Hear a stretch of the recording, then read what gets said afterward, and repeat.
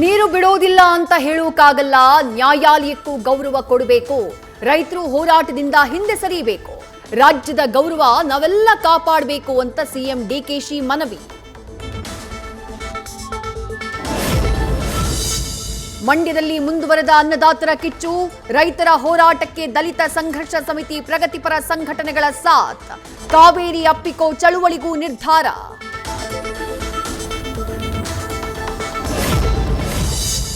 Tamil Nadu CM Vijay ಎಂದಿಗೂ ಕರ್ನಾಟಕಕ್ಕೆ ಬರೋದು ಬೇಡ.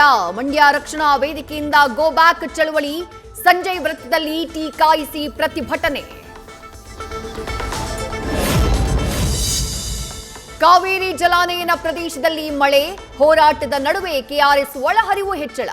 13,522 ಕ್ಯೂಸೆಕ್ ಒಳಹರಿವಿನಿಂದ ಕೊಂಚ ನಿರಾಳ. ಕಬಿನಿ ಡ್ಯಾಂ ಭರ್ತಿಗೆ 2 ಟಿಎಂಸಿ ಬಾಕಿ. ಜಲಾಶಯಕ್ಕೆ ಹೆಚ್ಚಾದ ಒಳಹರಿವಿನ ಪ್ರಮಾಣ.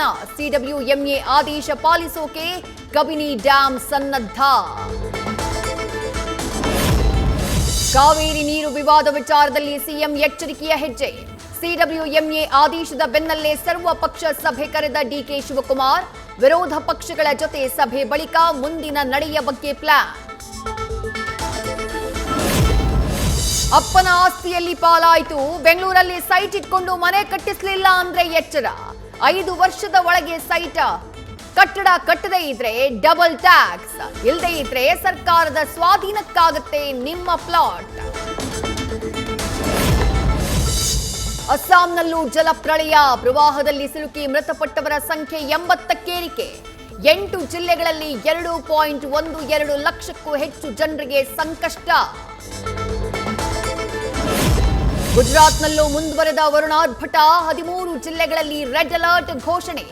ತಗ್ಗು ಪ್ರದೇಶಗಳಿಂದ 40,500 ಮಂದಿ ಸ್ಥಳಾಂತರ.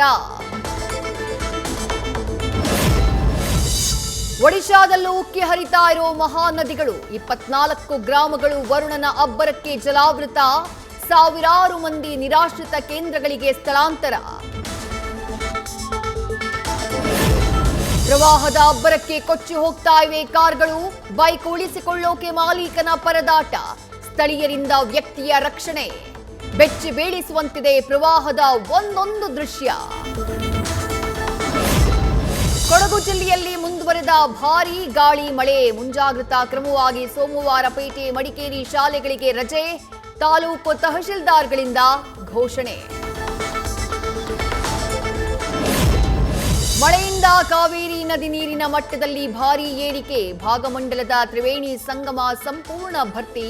ಸಂಗಮದ ಗಾರ್ಡನ್ ಬಹುತೇಕ ಜಲಾವೃತ. ಮೈದುಂಬಿ ಹರಿತಾ ಇರೋ ಕೃಷ್ಣಾ ನದಿ. ನಾರಾಯಣಪುರ ಜಲಾಶಯದಿಂದ ಭಾರೀ ಪ್ರಮಾಣದ ನೀರು ಬಿಡುಗಡೆ.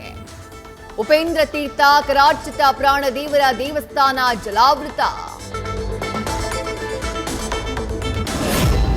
ತುಮಕೂರಲ್ಲಿ ಕೈಕೊಟ್ಟ ಮಳೆ. ಬರದಿಂದ ಕಂಗೆಟ್ಟ ರೈತರು. ತಾಲೂಕು ಕಚೇರಿ ಎದುರು ಅನ್ನದಾತರ ಅಹೋರಾತ್ರಿ ಪ್ರತಿಭಟನೆ. ಕೆರೆಗಳಿಗೆ ಹೇಮಾವತಿ ನೀರು ಹರಿಸುವಂತೆ ರೈತರ ಒತ್ತಾಯ. ಸೋಮವಾರ ಸಂಜೆ 4 ಗಂಟೆಗೆ ನೂತನ ಸಚಿವರ ಪ್ರಮಾಣ ವಚನ. ಸಿಎಂ ಕಚೇರಿಯಿಂದ ಲೋಕಭವನಕ್ಕೆ ಮೌಖಿಕ ಮಾಹಿತಿ. ಗಾಜಿನ ಮನೆಯಲ್ಲಿ ನಡೆಯಲಿರುವ ಪ್ರತಿಜ್ಞಾ ವಿಧಿ ಕಾರ್ಯಕ್ರಮ. ಸತೀಶ್ ಜಾರಕಿಹೊಳಿ ಸಿಎಂ ಆಗಲಿ ಅಂತ ಅಜ್ಮೇರ್ ದರ್ಗಾದಲ್ಲಿ ಪೂಜೆ. ಬೆಳಗಾವಿಯ ಸದಲಗ ಅಭಿಮಾನಿಯಿಂದ ಹರಕೆ. ಚಾದರ ಅರ್ಪಿಸಿ ಡಿಸಿಎಂ ಆಗಲಿ ಅಂತ ಪ್ರಾರ್ಥನೆ. ಮೈಸೂರಿಗೆ ಇವತ್ತು ಪ್ರಧಾನಿ ಮೋದಿ ಆಗಮನ. ವಿವೇಕ ಸ್ಮಾರಕ ಉದ್ಘಾಟನಾ ಸಮಾರಂಭದಲ್ಲಿ ಭಾಗಿ. ನಮೋಗೆ ಉಡುಗೊರೆ ಕೊಡೋಕೆ ಶಿಲ್ಪಿ ಅರುಣ್ ಯೋಗರಾಜ್ ಕೆತ್ತನೆಯ ವಿಶೇಷ ವಿವೇಕಾನಂದ ಮೂರ್ತಿ ಸಿದ್ಧ. ಸಿಎಂ ಆದ ಮೇಲೆ ಮೊದಲ ಬಾರಿ ಮೈಸೂರಿಗೆ ಡಿಕೆಶಿ ಭೇಟಿ. ಬೆಳಗ್ಗೆ ಮೆರವಣಿಗೆ ಚಾಮುಂಡಿ ಬೆಟ್ಟಕ್ಕೆ ತೆರಳಿ ದರ್ಶನ. ಮಧ್ಯಾಹ್ನ ಪ್ರಧಾನಿ ಮೋದಿ ಜೊತೆ ವಿವೇಕಾನಂದ ಸ್ಮಾರಕ ಉದ್ಘಾಟನೆಯಲ್ಲಿ ಭಾಗಿ. ಇವತ್ತಿನಿಂದ ಎಲೆಕ್ಟ್ರಾನಿಕ್ ಐಟಮ್ಸ್, ಮೊಬೈಲ್, ಕಾರುಗಳ ಬೆಲೆ ಏರಿಕೆ. ಟೀ, ಸಾಬೂನು, ಹೇರ್ ಆಯಿಲ್, ಪ್ಯಾಕ್ಡ್ ಆಹಾರಗಳು ಕಾಸ್ಟ್ಲಿ. ಮಧ್ಯಮ ವರ್ಗಕ್ಕೆ ಮತ್ತಷ್ಟು ಹೊರೆ. ನೀಟ್ ಬೆನ್ನಲ್ಲೇ ಮತ್ತೊಂದು ಹೋರಾಟ. E20 ಪೆಟ್ರೋಲ್ ವಿರುದ್ಧ ಅರವಿಂದ್ ಕೇಜ್ರಿವಾಲ್ ಧರಣಿ. ಸಿಜೆಪಿ ನಡೆಸಿದ ಹೋರಾಟದಂತೆಯೇ ಜನಾಂದೋಲನ.